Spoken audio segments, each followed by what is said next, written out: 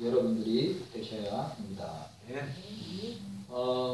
제가 오늘 이 말씀을 장모님 제가 이 말씀을 생각하게 된 것은 뭐냐면 오늘만이 내 날이고 오늘만이 주님을 만날 수 있는 시간이다. 오늘. 제가 낮에 미국의 뉴스를 봤는데 여러분 눈으로 인하여서 죽은 사람이 한 50여 명 된답니다. 그런데 제가 이 흑인 여자인데 나이가 22살밖에 안 되는데 학교 공부를 마치고 집으로 돌아가는데 그게 폭설이 쏟아졌어요.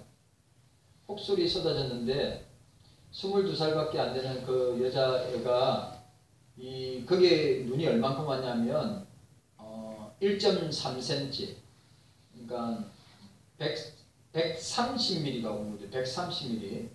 그러니까 1.3cm에서 1.8cm까지 미국에 눈이 왔다는데 그 간호학과 여자 학생이 마지막이 어떤 장면이었냐면 밖에 있는 영상을 쭉 찍으면서 멘트가 무섭다. 그리고 차 안에서 이틀 만에 22살짜리입니다. 이틀 만에 죽음을 맞이하고 지인이 발견했다는 거예요. 그리고 이유가 뭐냐? 차 안에 있으면 이산화탄소가 발생하거든요. 그러니까 공기가 적어가지고 죽었다든지. 그리고 또 중요한 건 뭐냐면 현대인들이 자살할 때 잘 쓰는 게 뭐냐면 이 차에서 나오는 배기가스를 호스로 연결해서 차 안으로 집어넣고 문을 닫고 자살하는 경우가 있는데 눈이 너무 많이 오니까 그 차 배기구로 나오던 그 가스가 차 안으로 들어와서 그렇게 죽었을 것이다 라고 추정하고 있습니다. 22살. 마지막 장면이 뭐예요? 무섭다. 그 엄마가 너무 아니 지경이 없던 세상인데 그래가지고 이 1m 넘는 눈이 오니까 그 머리를 좀 생각을 하면 히터를 틀어놓고 있으면 되는데 눈이 계속 쌓이니까 배구기를 이 가스 나오는 데가 막혔을 거 아니에요. 그러면 또 눈을 퍼내가지고 가스가 나가도록 하고 히터 안에서 있었으면 제가 볼 때는 괜찮을 건데 그 차 안에서 죽은 사람들도 제법 된답니다. 여러분 주님 만날 수 있는 시간은 오늘밖에 없습니다. 그래, 오늘 우리가 22장은 마라나타죠. 마라나타. 따라합시다. 마라나타. 마라나타. 주 예수에 따라하세요. 주 예수여. 주 예수여. 오시옵소서. 오시옵소서. 속히 오시옵소서. 그래 제가 우리 장로님 그 멘트를 듣고 제가 생각하는 거예요.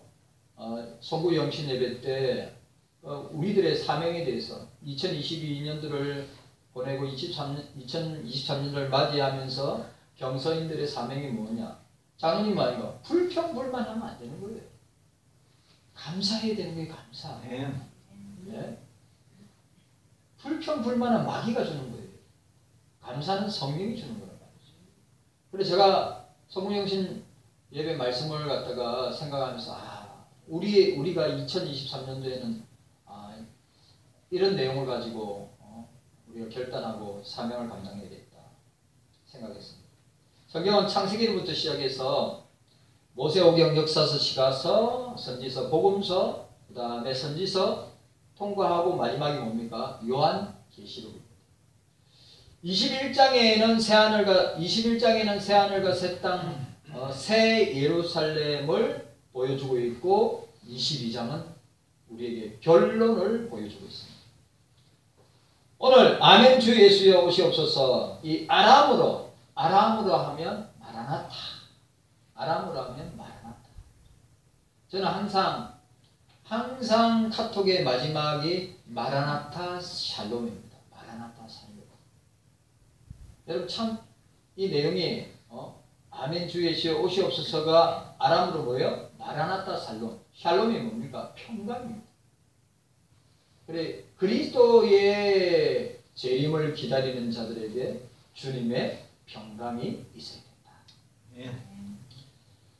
오늘 주님은 알파와 오메가 처음과 나중 시작과 끝이라고 했습니다.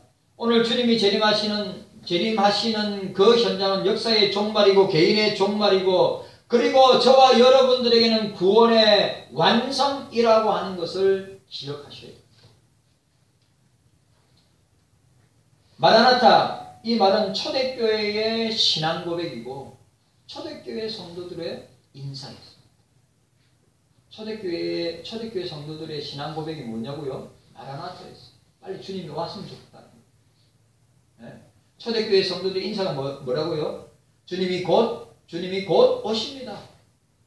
주님이 곧 오십니다. 우리 이 엄청난 고난 앞에서도 주님이 곧 오시니까 우리가 소망을 가지고 기다리면서 믿음으로 이깁시다. 라고 하는 것입니다. 요한계시록의 결론이 마라나타입니다. 아멘 주 예수여 오시옵소서. 왜 주님이 다시 오셔야 하는가? 왜 우리는 마라나타라고 기도하고 찬송해야 되는가? 우리 함께 간단하게 생각해 보기를 원합니다. 첫 번째, 성경의 약속 성취를 위해서 우리는 주님의 재림을 기다립니다. 주님께서 다시 오시겠다고 친히 약속하셨습니다. 너희도 준비하고 있으라. 생각지 않은 데에 인자가 오리라. 마태복음 24장 44절에 24장은 종말장이잖아요. 여러분 주님이 생각지 못하는 때에 주님이 오신다 이 말이죠. 그래서 말세의 종말의 때 우리는 각성하고 정신을 차리고 근신하여 깨어있어야 한다. 내가 너희를 고아와 같이 버려두지 아니하고 너희에게 오리라. 요한복음 14장 18절에 또 예수께서 성천하실 때 두 천사들이 정언하였습니다. 사도행전 1장 11절에 너희 가운데 하늘로 올리신 이 예수는 하늘로 가신 본 그대로 오시리라. 여러분 우리는 이 주님의 말씀, 이 성경의 말씀을 그대로 믿고 고백해야 되고 우리가 이 말씀의 원리를 따라서 살아야 한다고 하는 사실입니다. 예수님이 십자가에 돌아가실 때 사흘 만에 부활하신 예수님께서 40일 동안에 어떻게 했습니까? 자신의 부활을 제자들에게 전하였습니다. 그리고 500명이 넘는 성도들이 주님의 재림을 성천을 감난산에서 직접 제자들과 함께 500여 문도들이 어떻게 주님의 성천을 보게 되었습니다. 그때 두 천사가 제자들하고 500여명의 성도들이 하늘로 쳐다보고 있을 때 천사들이 모르겠어요. 예수는 너희가 본 대로 다시 오시리라 말씀하고 있습니다. 여러분 우리의 주님은 신실하신 분입니다. 우리의 주님은 불변하신 분이십니다. 우리의 주님은 영원부터 영원까지 살아계시는 주님이십니다. 주님은 신실하시기 때문에 주님의 약속과 성취는 반드시 이루어진다 라고 하는 것입니다. 구약에서 예수님에 대한 예언이 얼마나 많습니까? 그 예수님에 대한 예언이 다 이루어졌습니다. 신약에서도 예수님에 대한 예언이 얼마나 많이 있습니까? 그 예언도 한치의 오차 없이 그 예언이 다 성취된 것을 우리는 보게 됩니다. 구약 성경의 말씀을 보면 모든 예언의 말씀이 그대로 성취되었음을 우리는 보게 됩니다. 예수님의 초림이 미가서 5장 2절에 예수님께서 베들레헴에 오실 것을 예언하셨는데 그 예언이 성취되었습니다. 예수님이 십자가에 고난받으시는 예언도 구약의 이사야 53장에 고난의 종을 통하여서 십자가에 고난받으신 주님을 예언하였는데 그 예언도 성취하였습니다. 예수님이 다시 부활하실 것도 예수님의 그 부활에 대한 예언도 우리는 성취된 것을 우리는 보게 됩니다. 그러면 성경 중에 딱 한 가지 성경 중에 딱 한 가지 그 예언이 아직 이루어지지 아니한 것이 있습니다. 그것이 무엇이냐면 예수 그리스도의 재림. 예수 그리스도의 재림과 최후 심판이 기다리고 있다. 여러분, 우리가 2000년 전에 초대교회 성도들, 2000년 전에 초대교회 성도들은 순교를 각오하고 주님을 섬겼고, 그들은 사자의 밥이 되든지 아니면 풀풀 끓는 가마에 던져지든지 아니면 능지처사를 당하든지 끔찍한 고난과 핍박과 순교의 현장에서도 그들이 붙들고 있었던 것이 무엇이냐면 오늘 본문 말씀. 아멘. 주 예수여 오시옵소서. 저희들이 당신의 재림을 기다립니다. 그렇게 하면서 그들은 순교를 당당하게 받아들였습니다. 이게 2000년 기독교 역사 가운데 수많은 이로 셀 수 없는 사람들이 순교를 당한 가운데서도 그들이 붙들었던 것이 뭐냐? 마라나타, 마라나타, 마라나타. 우리가 이 신앙이 흔들리면 안 됩니다. 우리가 세상이 좋으면 얼마나 좋아요? 얼마나 좋겠습니까? 사람이 좋으면 얼마나 좋습니까? 근데 세상은 변하고요. 여러분, 사람도 변합니다. 그런데 주님은 변하지 않습니다. 주님의 약속도 변하지 않습니다. 주님이 약속하신 재림도 변하지 않습니다. 이 재림이 우리 눈앞에 펼쳐질 것을 믿고 오늘 저와 여러분들이 주님께서 약속하신 대로 재림하실 것을 우리가 고백하면서 나아가는 연말이 되고 새해가 되는 여러분들이 되시기를 주님의 이름으로 축복합니다.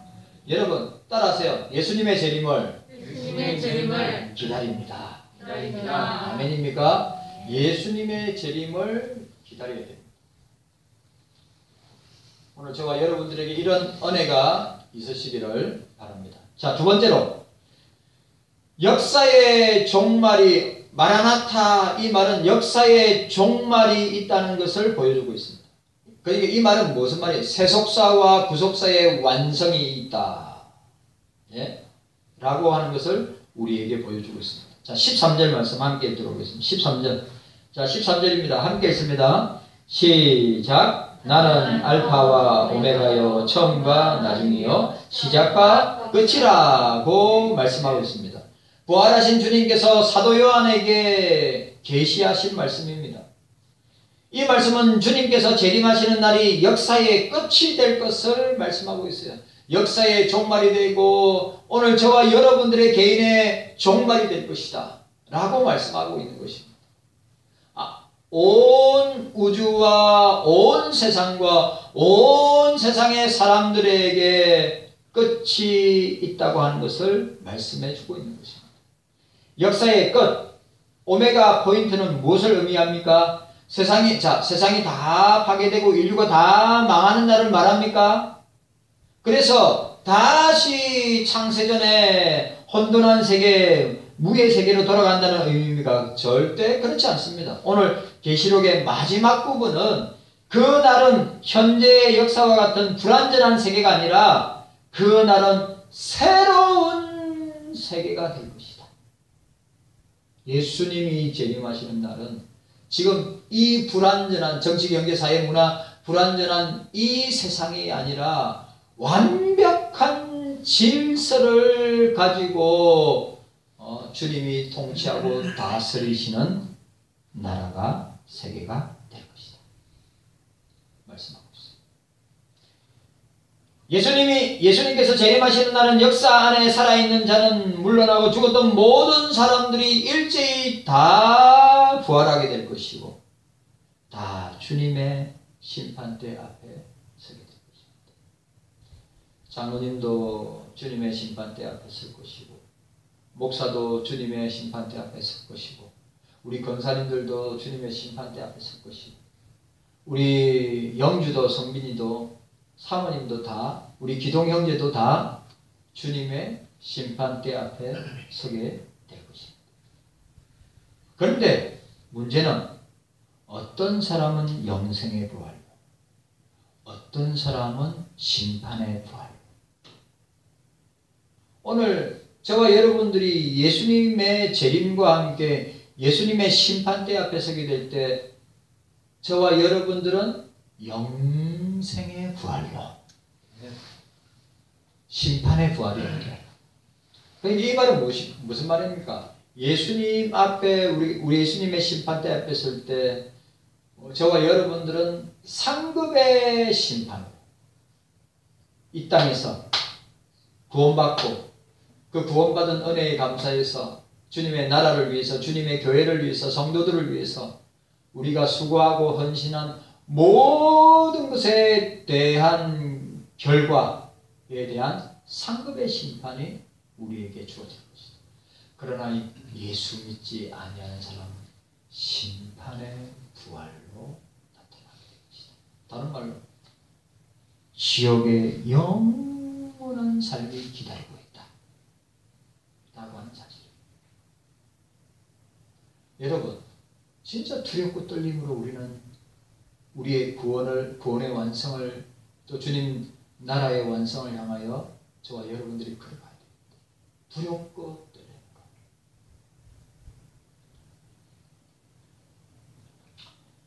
이것이 바로 역사가 완성되는 순간입니다. 여기서 두 가지를 생각해야 됩니다. 오늘 예수님의 재림을 통해서 두 가지를 생각해야 돼요. 첫 번째, 영생의 부활에 참여하는 자들이 있다고 하는 사실이에요. 영생의 부활에 참여하는 사람들이 거처하는 곳은 어떤 곳이라고 했습니까? 자, 요한계시록 21장 23절. 요한계시록 21장 23절. 자, 함께 읽도록 하겠습니다. 함께 읽습니다. 시작. 그 성은 해나 달의 비침이 쓸데없으니 이는 하나님의 영광에 비치고 어린 양이 그 등이 되심이라. 아멘. 오늘 보세요. 영생의 부활로 참여하는 자들이 거하는 곳은 어디입니까? 천국입니다. 영생의 부활에 참여하는 자들은 어떻게 해요? 오늘 본문에 있지 그 성은 천국인데 해와 달의 비침이 쓸데없고 이는 하나님의 영광에 비치고 어린 양이 그 덩이 되심이라. 햇빛보다 7배나 밝은 빛의 세계가 천국이다. 우리는 천국을 소망해야 합니다. 장로님, 천국이 좋아요? 세상이 좋아요? 장로님 솔직하게 이야기해 보세요. 천국이 좋아요? 세상이 좋아요? 진짜입니까? 소똥에 구글러도 세상이 좋다고. 이금수 권사님, 천국이 좋아요? 세상이 좋아요? 영원한 천국이 좋지요. 안 가봤는데 어떻게 알아요? 말씀으로 듣잖아요. 보통 그런 질문은 안 가봤는데 어떻게 합니까? 그래 이야기한다고요. 그런데 이금수 권사님이 말씀에서 그리스도께서 약속하시고 성경 말씀이 그렇게 말씀하니까 믿습니다. 이렇게 되는 거예요. 가봐야 알아요. 내가 볼 때 가봐야 알지 하는 사람은 전혀 믿음이 없는 사람이에요. 그래도 세상을 좋아하는 사람이 있어요. 네. 여러분, 우리는 주의 일에 힘을 내야 돼요. 우리가 세상 일도 열심히 감당해야 되지만 우선순위가 있잖아요. 우선순위가 항상 우선순위는 주님의 나라와 주님의 의를, 예수님이 우리의 삶의 중심이고 예수님이 우리의 삶에 우리 삶에 충만하게 역사하시고 함께 하시는 그런 삶을 살아야 된다 이 말이죠. 세상에서 우리가 빛과 소금의 역할을 하지만 그리스도인들의 우선순위는 마태복음 6장 34절에 너희는 먼저 그의 나라와 그 의를 구하라. 그게 우선순위가 되어야 되는 거예요. 여러분, 확실해야 합니다.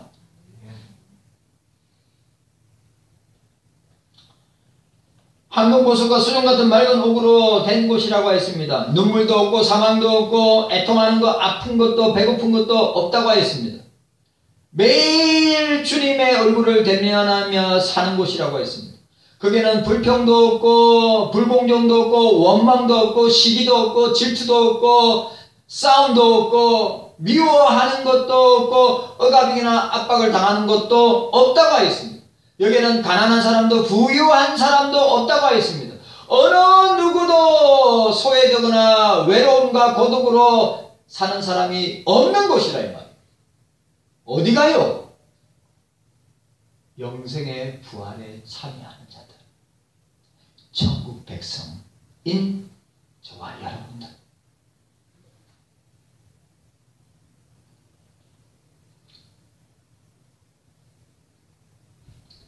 병으로 고생하고 암으로 고통당하는 사람이 없습니다. 주님의 재림 사건을 우리는 역사의 완성으로, 주님의 재림은 완성이다. 주님 나라의 완성이다. 우리 구원의 완성이다. 그렇기 때문에 인간이 주인이 되며 세상이 잘 될 것 같지만 여기에는 진정한 평화도 평등도 자유도 없습니다. 어디요? 세상에.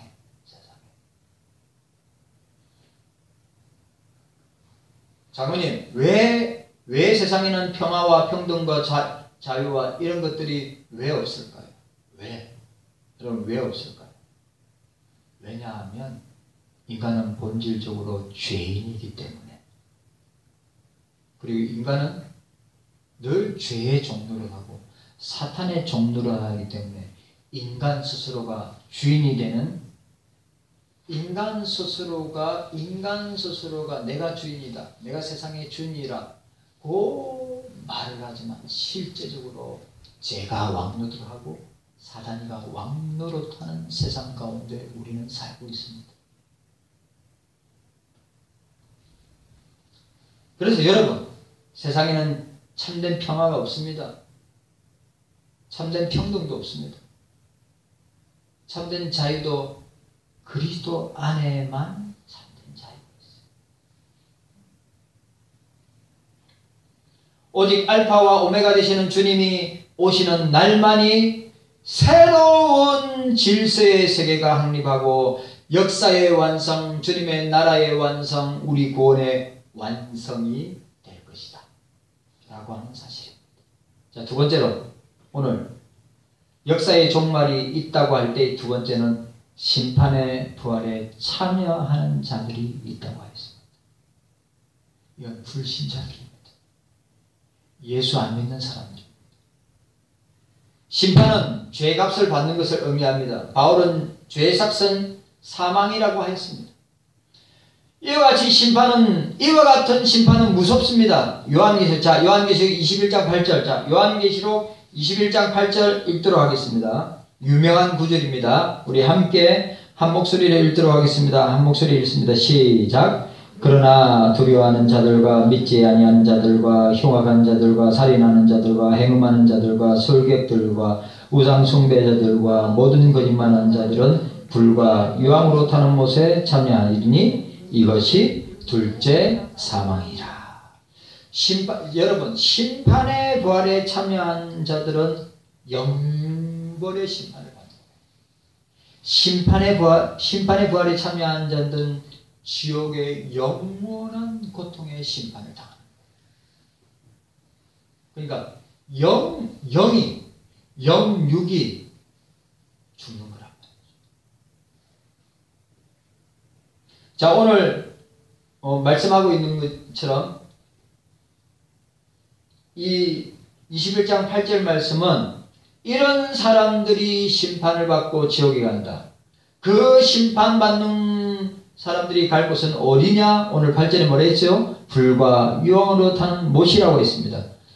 구더기도 죽지 않고 소금치듯 고통을 당하는 것이. 장로님, 옛날 그 생각나세요? 지렁이한테 소금을 뿌리면 어떻게 됩니까? 지렁이한테 소금을 뿌리면 어떻게 돼요? 꿈틀꿈틀대다가 괴로워서 죽어요.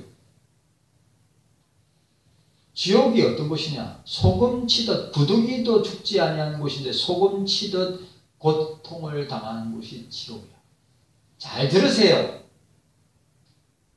그런 곳에 내 부모가 가고, 그런 곳에 내 자식이 가고, 그런 곳에 내 형제 자매가 가고, 그런 곳에 내 친척이 혈육이 골육이 가고, 그런 곳에 내 친구가 간다. 그래 주님이 뭐라? 그 핏값을 누구한테 물어본다고 그랬어요? 그 핏값을 누구한테 물어본다고 했어요? 나에게 물어본다고 했어요. 나에게. 우리가 전도초청주일 끝났다고 이제 해방이다, 이제 자유다, 좀 부담 없겠네, 그런 생각 절대 하면 안 됩니다. 2023년도에도 우리는 영혼에 대한 관심을 가지고 영혼에 대한 부담감을 가지고, 오늘 보세요. 오늘 심판의 부활에 참여하는 자들은 불과 유황으로 타는 못에 이 지옥불이란 말이죠. 그곳에는 아무런 소망이 없는 곳입니다. 예? 부자와 나사로를 보세요. 부자와 나사로를.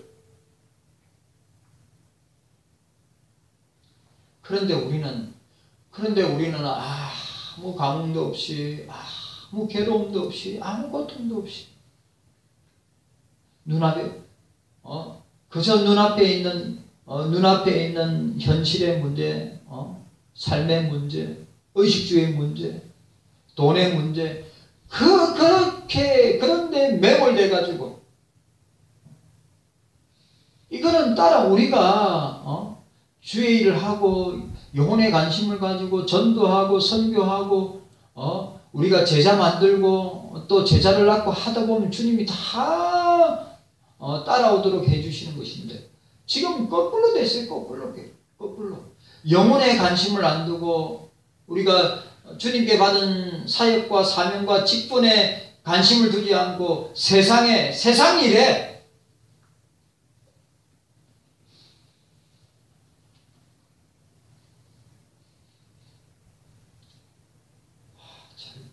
절대로 그러면 영원한 형벌이 있는 것입니다. 영원한 고통이 있는 것입니다. 영원히 빠져나올 수 없는 곳이 지옥입니다. 맛을 못 봤어.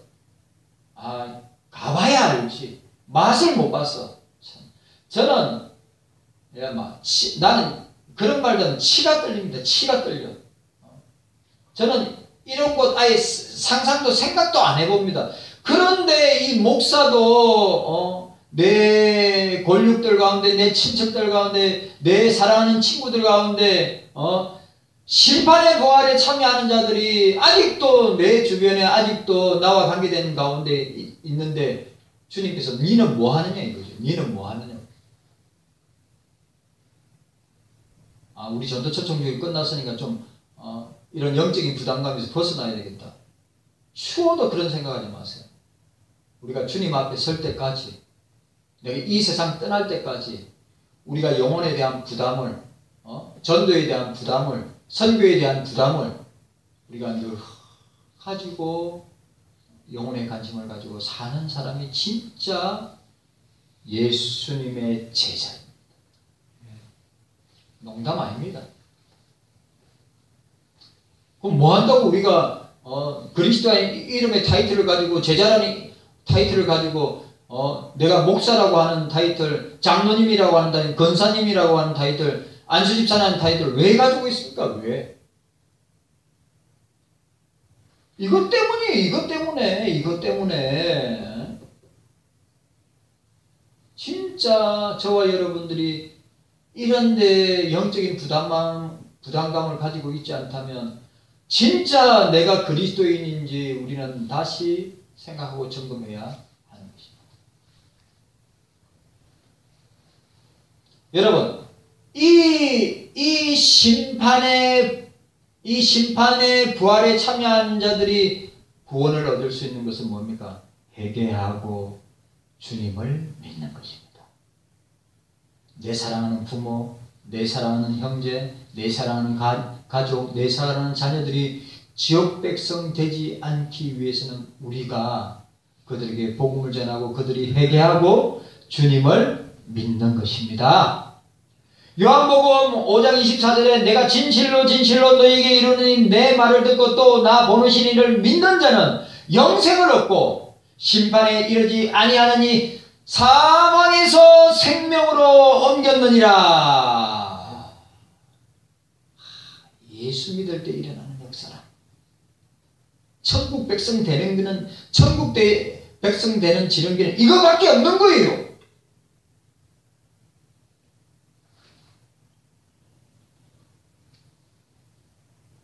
우리가 전적으로 전도해야 할 이유가 여기에 있습니다. 저와 여러분들이 평생에 전도해야 될 이유가 교회가 전도의 사명을 경서인들이 저와 여러분들이 전도의 사명을 우리가 행해야 될 우리가 실천해야 될 이유가 바로 여기에 있는 것입니다. 왜 나만 구원받아야 돼요?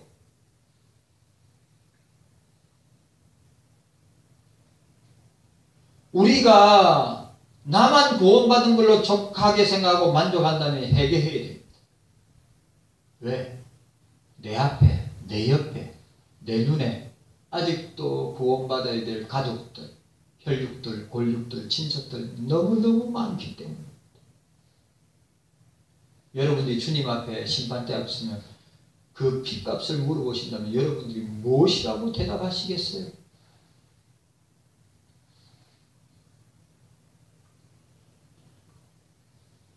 주님께서 재림하시는 날 심판의 부활에 참여하지 않기를 바랄 뿐입니다. 영생의 부활에 참여하는 자들이 다 되기를 원합니다. 지옥 백성이 아니라 다 천국 백성 되기를 원하는 것입니다.